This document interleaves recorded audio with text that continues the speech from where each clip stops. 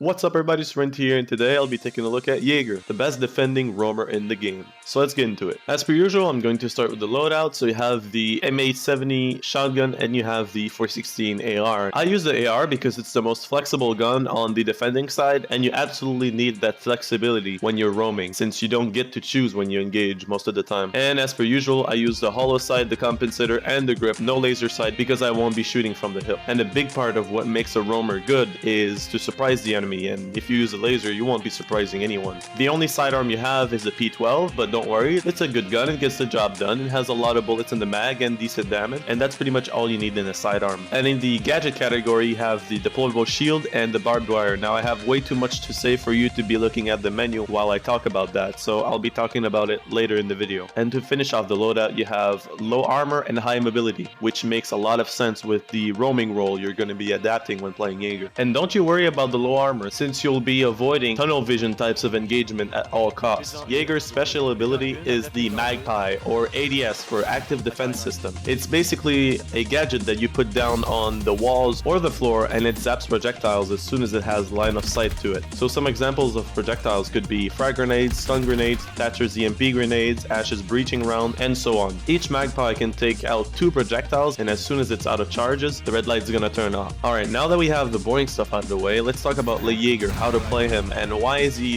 that good of a roamer. Alright, so he's a really good roamer because everything that he has, you know, his statistics, his gun, his special ability, everything makes sense with roaming. He has a really flexible gun which allows him to engage targets at whatever range he needs to.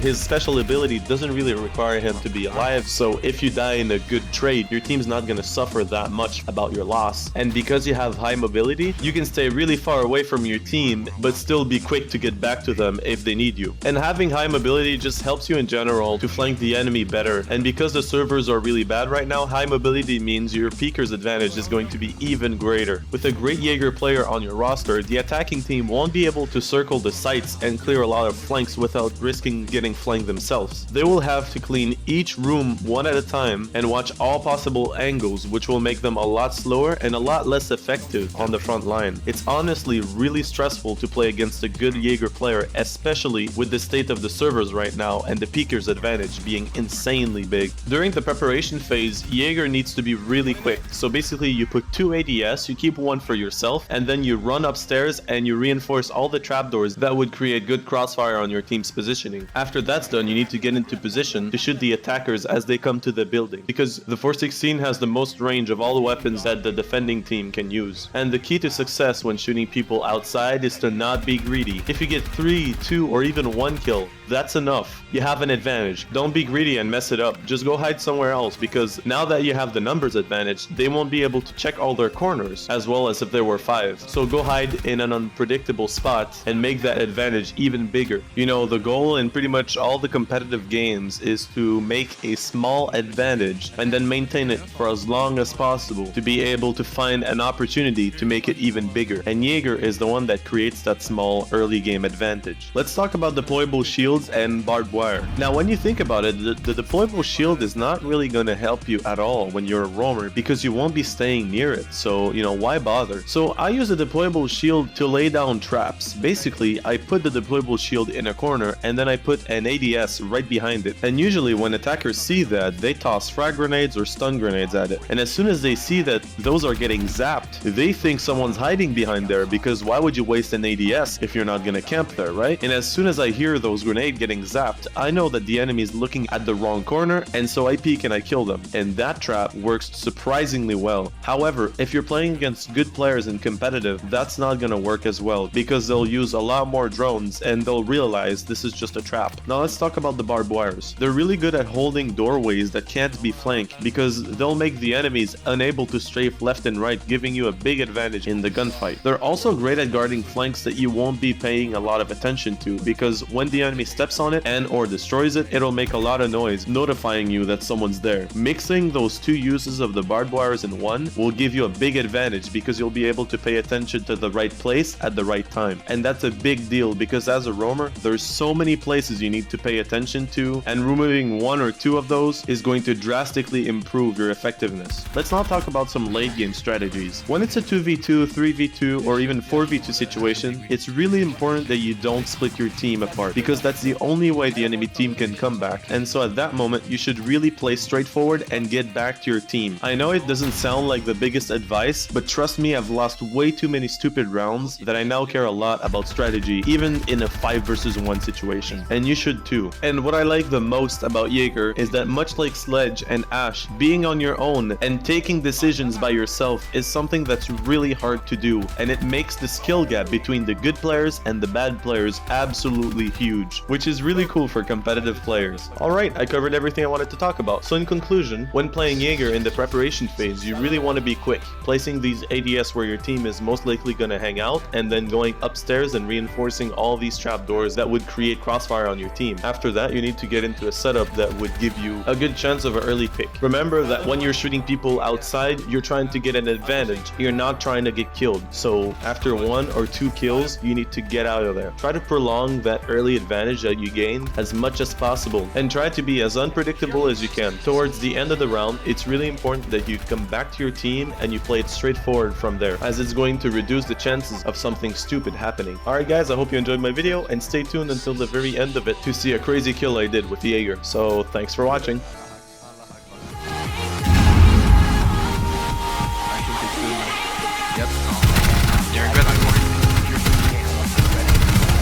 Woo! Hey!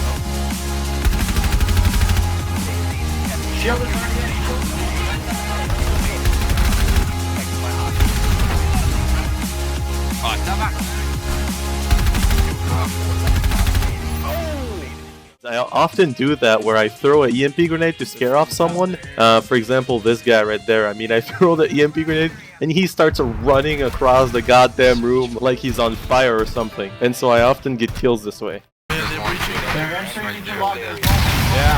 I'm right above him. Oh, did I get him? There's a guy top floor. There's a guy top floor. Oh my god, I got him. What the fuck? Oh.